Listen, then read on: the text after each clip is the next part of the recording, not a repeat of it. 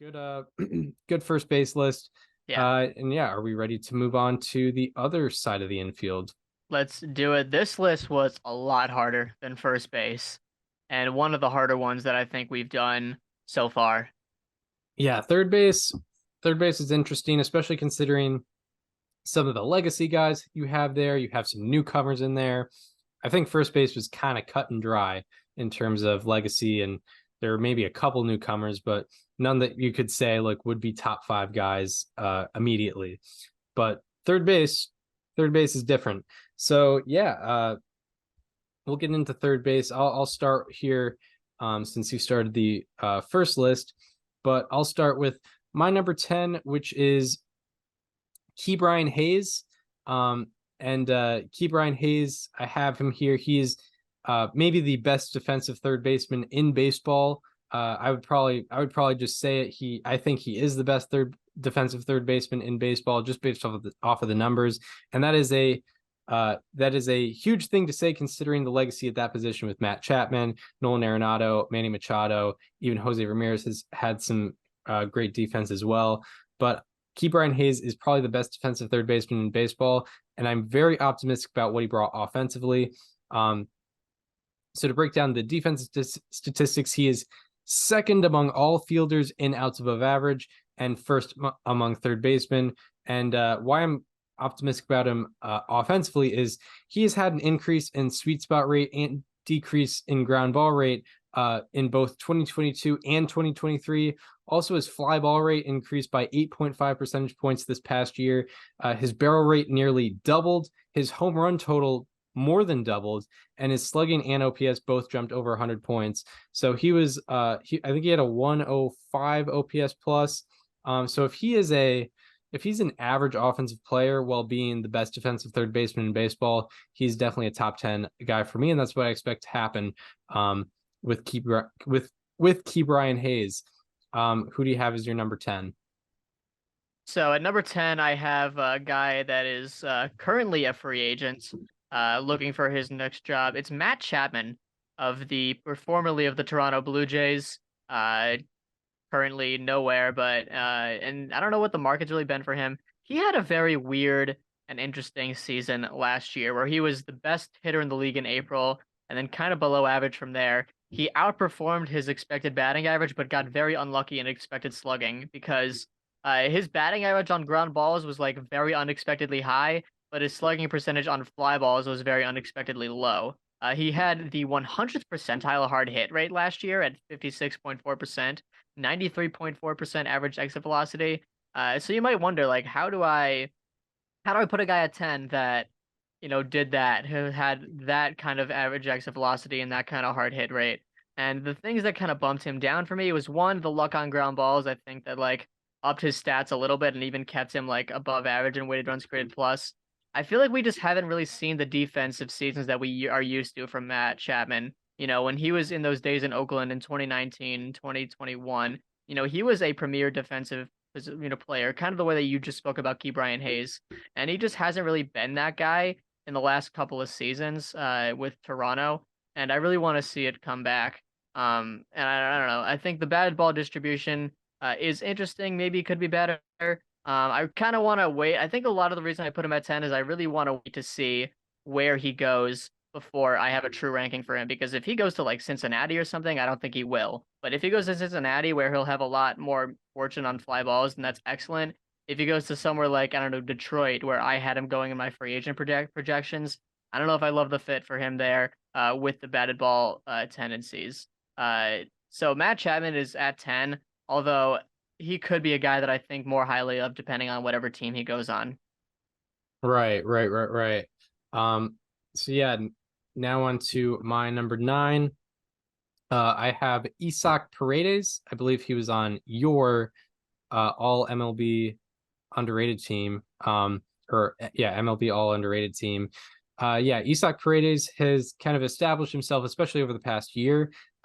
And going back to the start of 2022, he is 7th among current third basemen in home runs, OPS, and weighted runs created plus, and he is 9th in F4, which yeah, it makes sense that he would be a top 10 guy. In this span of 2 years, 15% of his batted balls have been pulled fly balls, which is the second highest rate out of 204, and 52% of his fly balls have been pulled, which is the highest rate out of 268. And I mentioned the pulled fly balls, not to just say a weird thing about him. That's just because he has high differences in WOBA and expected WOBA, and that is the main reason, is because he pulls a lot of fly balls, and therefore his home run to fly ball ratio is above normal. And that makes it so that, because he has a disproportionate amount of pulled fly balls, that's a disproportionate amount of fly balls that are going to shallower ends of the ballpark and heading out of the ballpark, which is why he has a high home run total. And those batted balls, if they were hit to the straightaway part of the ballpark, dead center, those wouldn't be out of the ballpark, which is why a lot of the time he has a higher actual numbers than expected numbers. But it's not something I'm concerned with, because it just has less to do with him getting lucky on balls in play, as opposed to just hacking the expected number algorithm or whatever. But yeah, I have him number 9 because he's just been very offensively consistent the past couple of years, especially last year. Yeah. Who do you have as your number 9? Now, the beautiful thing about Isaac Paredes is, like, it doesn't matter what your expected numbers are. If you just pull as many fly balls as possible, you'll find your way into enough home runs to be an above average hitter. And that's exactly what he does. Because, yeah, I mean, if you look at his expected numbers, you'd be like, wow, this guy's awful. What? But yeah, funny enough, I actually had him as my 11, believe it or not. Wow. Yeah, and I think the guy that I put that you didn't put is in my 9. It is Royce Lewis. Oh yeah. Yeah, Yeah. I really liked what I saw out of Royce Lewis last year. I mean, only 58 games in 239 plate appearances, but a 155 weighted runs created plus and 2.4 FWAR. That is, think about if someone put up a 2.4 FWAR in 2020, right? That would be around close to MVP status. I mean, what was Jose Ramirez's FWAR in 2020? I think it was around 3, maybe. I know it Yeah, changed because right, because they changed the war. Yeah. yeah. Anyway, going back to Royce Lewis, I know his expected numbers were not as good as he put up, but they were still very good. A 481 expected slugging percentage, a 265 expected batting average, 351 expected WOBA, all of those above average. For a guy that has gone through as much as he has throughout all the years, to finally get like a full shot in this game and perform to the way he did, do that same thing, I think really amazed me.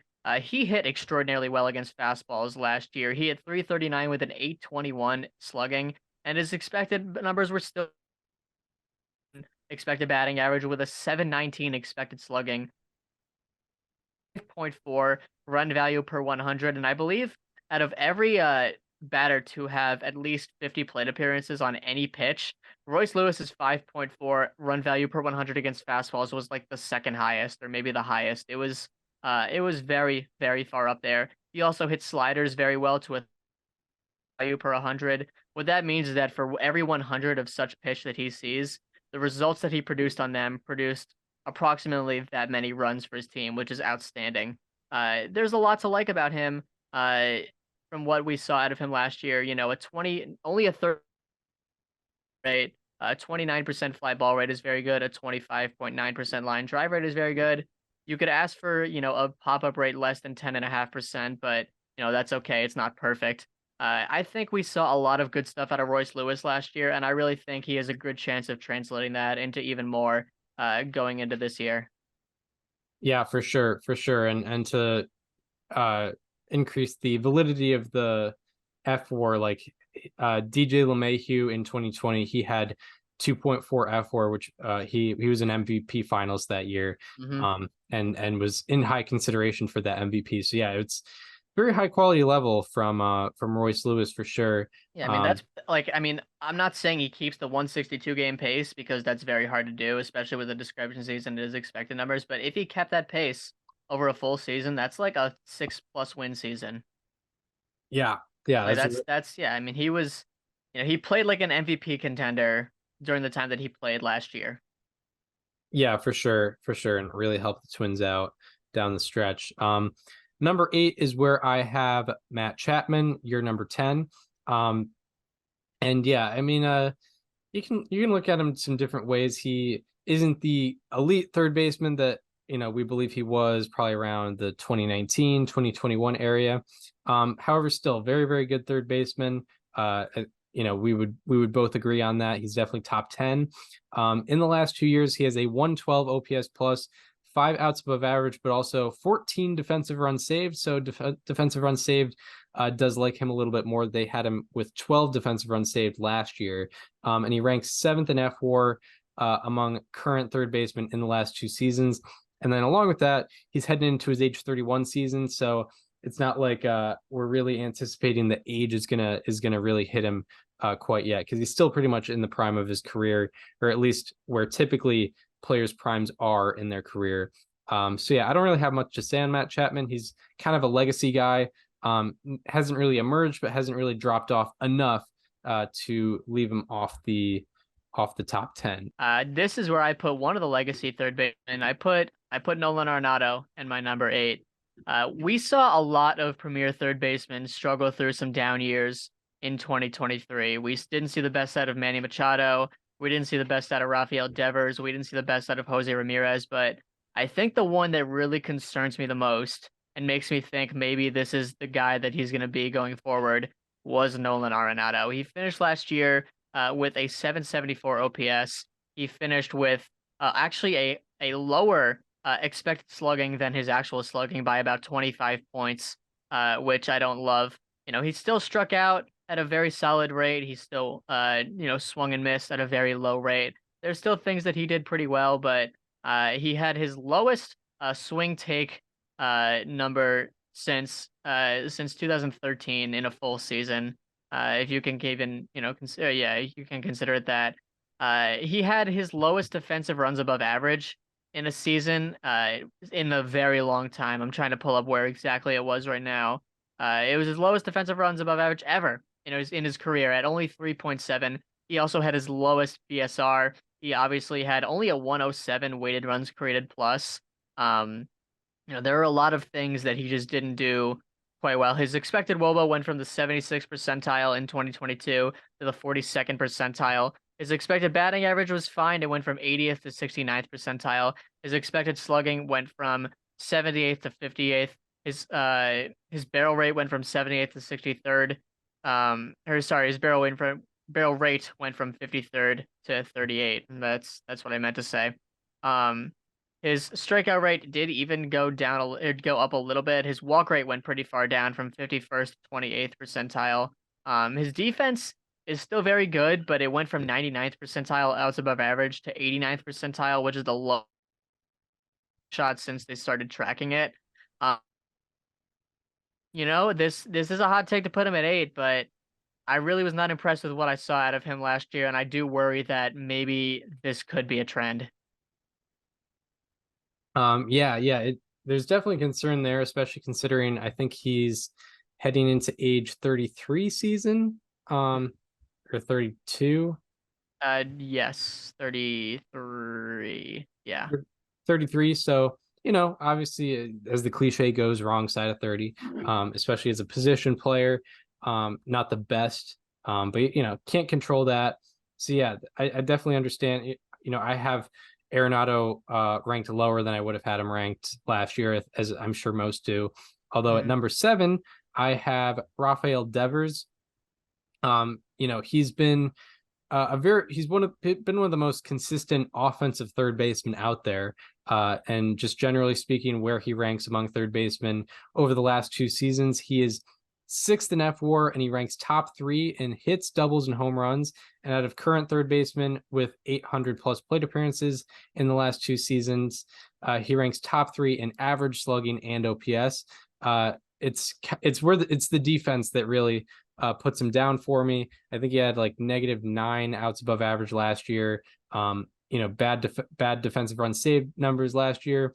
Something we were really optimistic about in 2022, and what made us sort of like the extension when he got it, was the fact that he sort of went from a bad defender to a neutral defender, and I think he's sort of back to that bad defender status. And maybe that season where he was a neutral defender was maybe a little bit of an outline season, but We're never really quite sure, especially with defensive metrics. They can be so wishy-washy.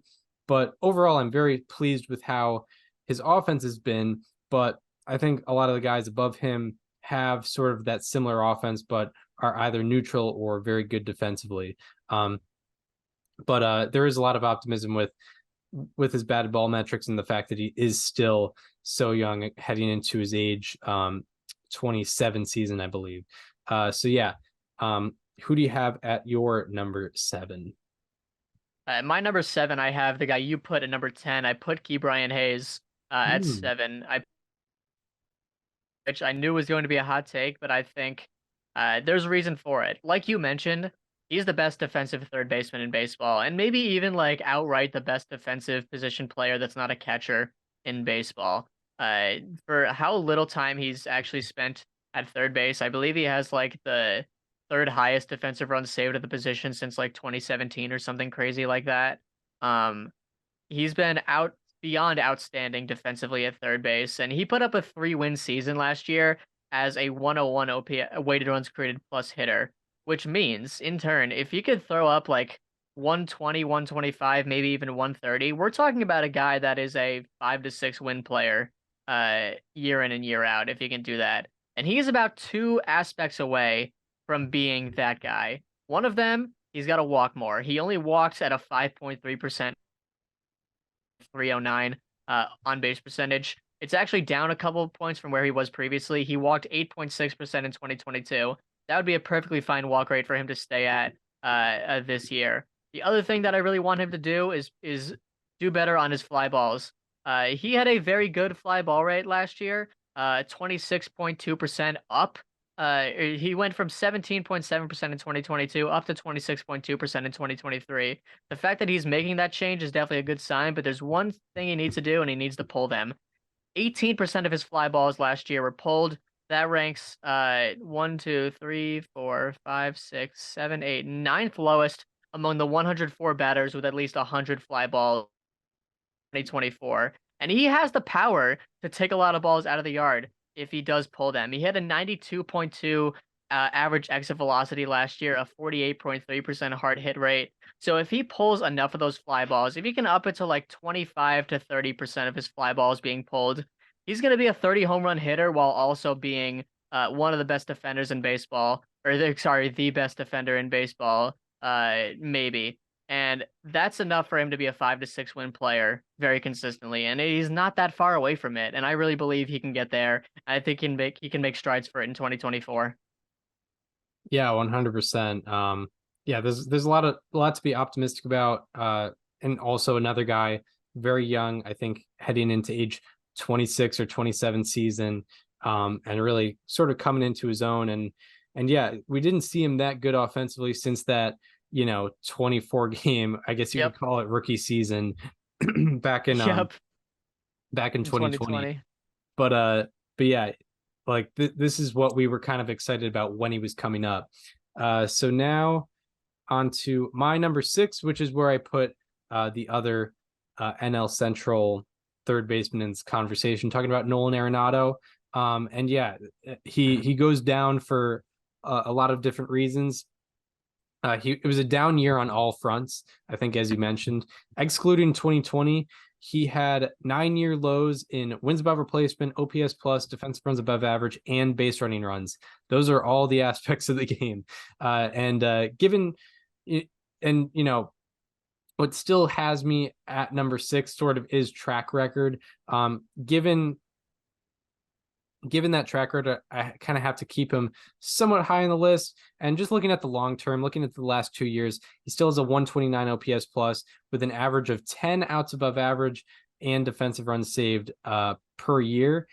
So, I think there's still potential for a bounce back. I mentioned, wrong side of 30, but being 33 years old isn't the worst thing in the world. However, because of that, because of those 9-year lows and all those statistics, I do have to bring him down below a lot of these elite third basemen. So yeah, who is your number 6? So at number 6, another guy, another legacy third baseman that struggled a bit last year. I put Manny Machado here, and his Savant page didn't load for me for some reason.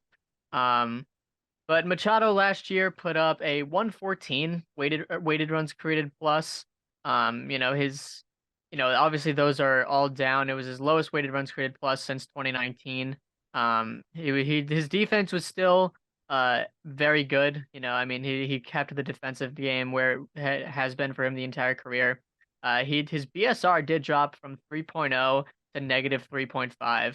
And I don't love that, obviously. That definitely docked him a few points in WAR.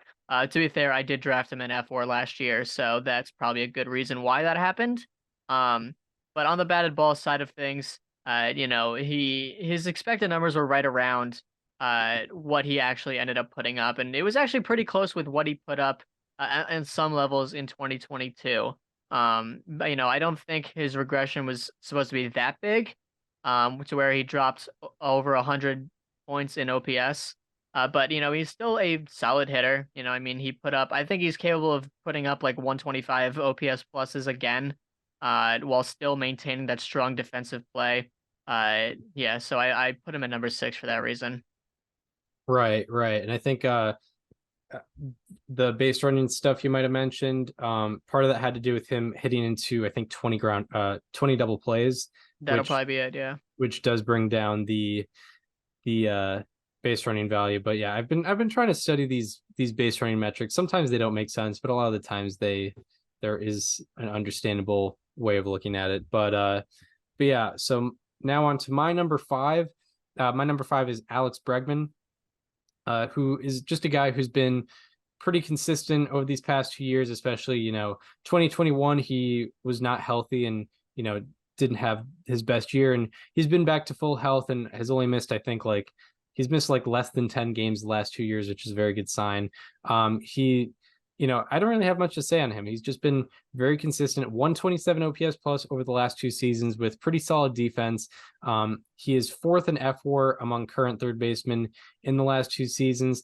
Only reason I don't have him higher is some of the guys ahead of him, and also there's a kind of a newcomer upcoming in my list. So, but Alex Bregman, number 5, good, very good offense, pretty solid defense.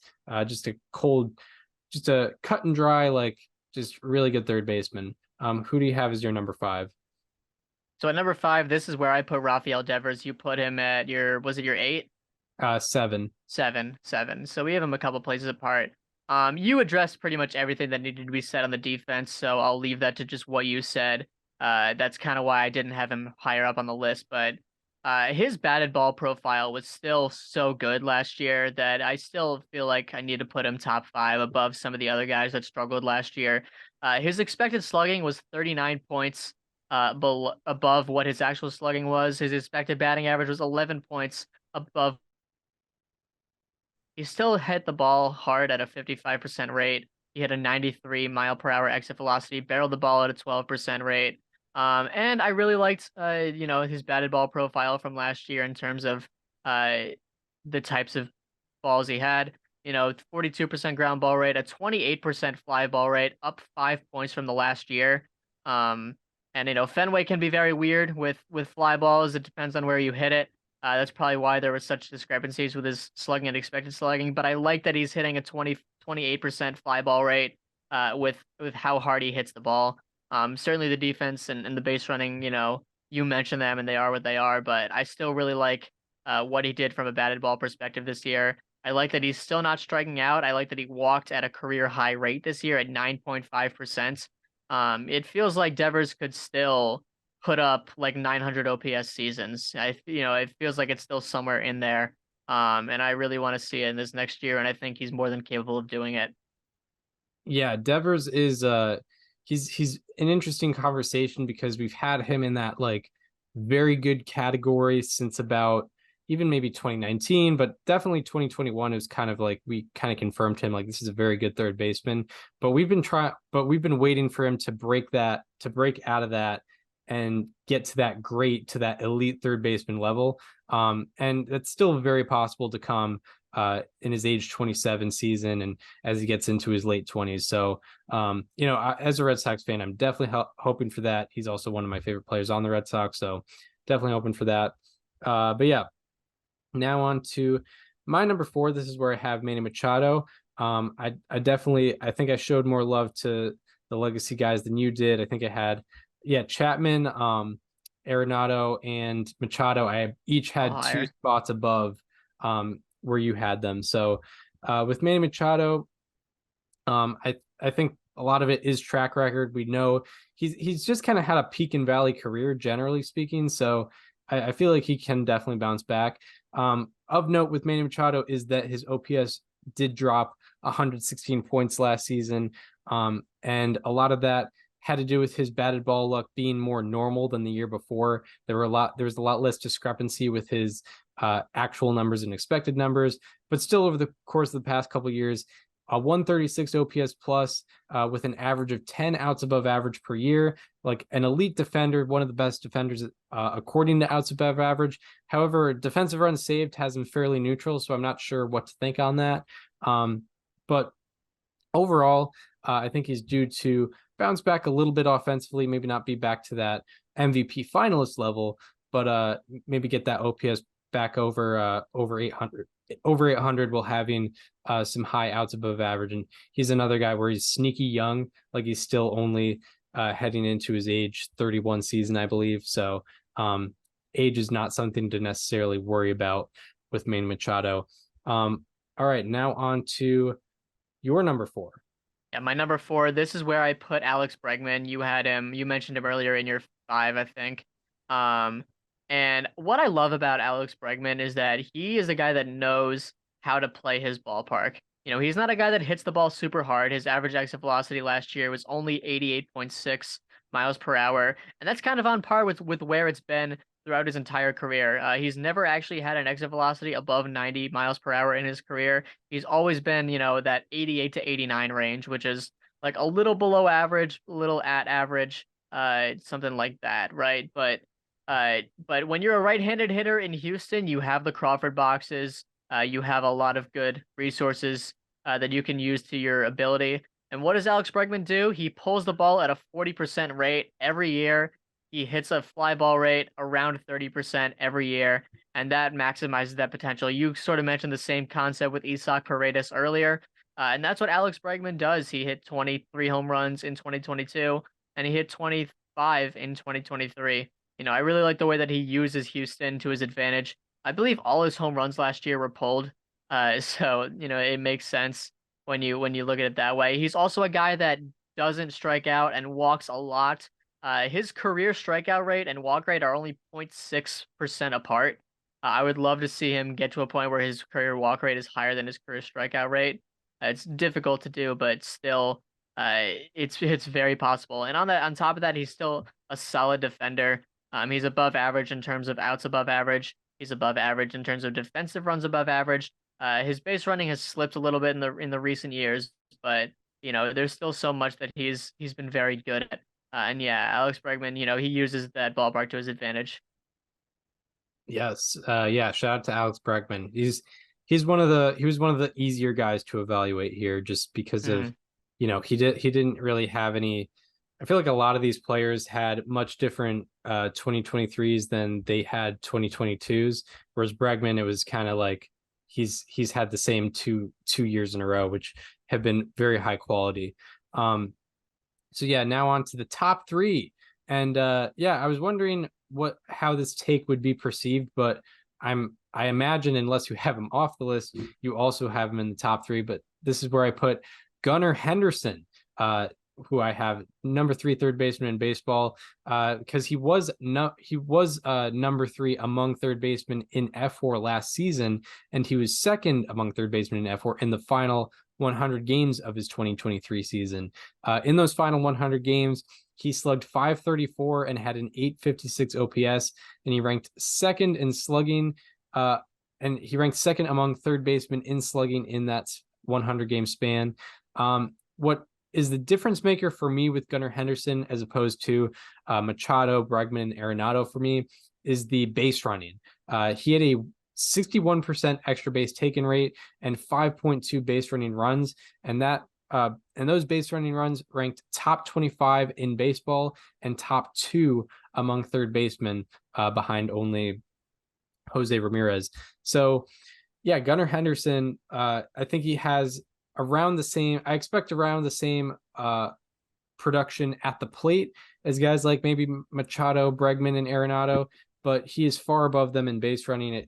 His extra base taken rate was probably around 20 percentage points above all of them, and also that defense is fairly solid. Defensive run saved liked him a little bit more than outs above average, but even outs above average had him as a neutral defender, which has its own value. So yeah, that's where I have Gunnar Henderson. What do you have as your number 3? We agree on this one. I also put Gunnar Henderson. Yeah, I thought it was gonna be a hot take as well. Turns out we're just too similar. We think too alike, just like always. Yeah, I put Gunnar Henderson in my 3. The base running was kind of a big factor for me, but there was also a lot more. Yeah, I mean he did extremely well in his rookie season, and it feels like there's more to come with him going into his age 23 season. Uh, he hit the ball at a 92% or 92%, 92 mile per hour exit velocity, excuse me, a 52% hard hit rate, barreled the ball very well. All of his expected numbers lined up with what he actually did last year. And yeah, 5.2 BSR, a 61% extra base taken rate, like you mentioned. Solid defensive numbers, and he did mostly play shortstop last year. Or no, sorry, he did play technically mostly third last year. 84 games at third, 83 at shortstop. Uh, so, I mean, between the two, I don't know how much of the defensive stuff was based on what he did at shortstop versus how much was done at third base, but, I mean, it was enough for him to put up solid numbers on the defensive runs above average side of things. I would like to see him strike out a little less. He did strike out 25% of the time last year, but it was his rookie season. I mean, he was still very much adjusting to major league pitching, but in some ways you wouldn't have noticed it with how he was doing last year. Obviously, rookie of the year, a pretty unanimous rookie of the year at that. But yeah, I mean, there was no doubt in my mind that Gunnar Henderson was going to be on this list when I made it. I kind of, as I went into it, I thought, you know what? I would take him above Arenado. I would take him above Machado. I would take him above Devers. I would take him above Bregman. And yeah, I ended up putting him in my 3 as well. Yeah, right. And also there's a lot of value to be had with a guy going into his age 23 season already putting up these numbers. Yep, it feels like he can only get better. And also worth noting, his strikeout rate was above 30% in April, May, and June of last year. And then in July, it went down to 19.8%. August, it went down to 21%. September, 23%. So he actually, like, you could kind of see in real time on his strikeout rate by month graph, like when he really started to figure things out. And the results that he put up, like, kind of followed as well. Yeah, absolutely. 534 slugging in those final 100 games of the season for him. That like last 2/3 of the season success kind of pushed me over the edge for him, where it's like, okay, this is, and it would be different if the guy was in his 6th or 7th MLB season and he had a good end of the year, as opposed to a guy who that was his rookie year and he only got better throughout the season. So that's something that's, when you're projecting for 2024, that's something to be very optimistic about, especially for someone so young and so early in their career. So yeah, I don't think it's anything. I don't think it's crazy to put him top 3. That's why I put him top 3. On to number 2, where there's definitely a debate to be had between 1 and 2, especially based on what these two did last year.